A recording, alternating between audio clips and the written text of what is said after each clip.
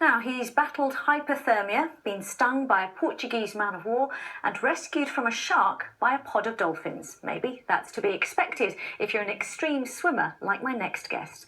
But Adam Walker, who lives in Wandsworth, suffered a ruptured bicep tendon while swimming the English Channel and was told not to swim again. So what did he do? Develop a new swimming technique, and then went on to complete the Ocean's 7, the first British person to do so. And I'm very pleased to say he's joins us now. A very warm welcome. So you haven't really been up to much then, have you? No, just a stroll in the park. So talk to us about this ocean walker technique, because when you're told not to swim, it's not the most natural thing to do, to disobey that. No, people are calling it the ocean walker technique. So it's all about rotating the hips. It takes pressure off the shoulders. And because I had 3 operations on my shoulder, I was advised not to swim again by my surgeon.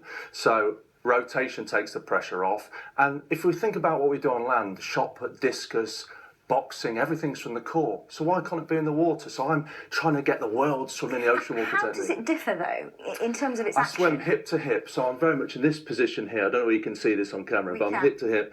And then I rotate and then pull. But I don't drive with the front arm. So the normal conventional style is very flat, driving, punching forward. But when I get to here, as I rotate, this arm gets sent down into the water, and then I just pull it along and I glide. And I go about 2-3 meters at a time. So now I'm 1,200 strokes less an hour. I've got, a gammy shoulder, and I can still swim 17 hours. So. Well, it's still quite something. You say gammy shoulder, but you went on to complete the Ocean's 7, one of the most extreme physical tests in the world, and you're one of only 6 people in the world to have done that. Yeah, only 1 or 2 to do it first time round as well, without any failed attempts. Ireland to Scotland, lots of different swims. Yeah, I've gone through hell and back. In fact, I've written in a book actually called Man vs. Ocean about my adventures. And what I wanted to do is inspire people really to realise what's possible, because I was selling kettles and toasters, and now my life's changed forever, doing talks and all different types of things. So take that step over the line. Let's see what we're capable of as a country.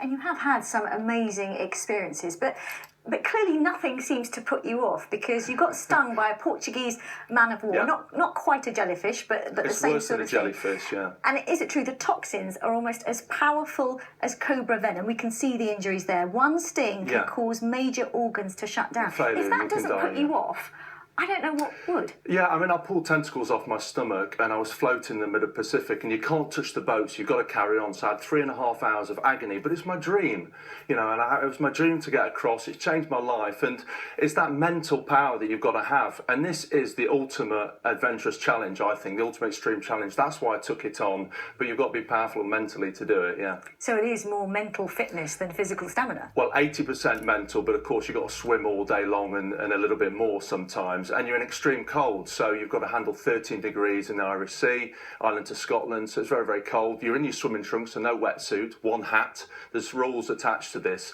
So it is pretty hardcore, but, when you get across, no better feeling. You seem very single-minded and ebullient, but after that injury, it couldn't have always been like that. Were there moments when you thought, enough now? No, I never thought enough now, but there were moments where the shoulder was hurting so much, had to measure the training. I'd already had 3 operations on my knees before I started this, and I had to find a way. And I always wanted to be a professional athlete, and injuries took that away. And I didn't want to be reminded for the guy, what could he have done? So I wanted to change my life. So just briefly, when you've achieved so much like this, where does the next challenge come from?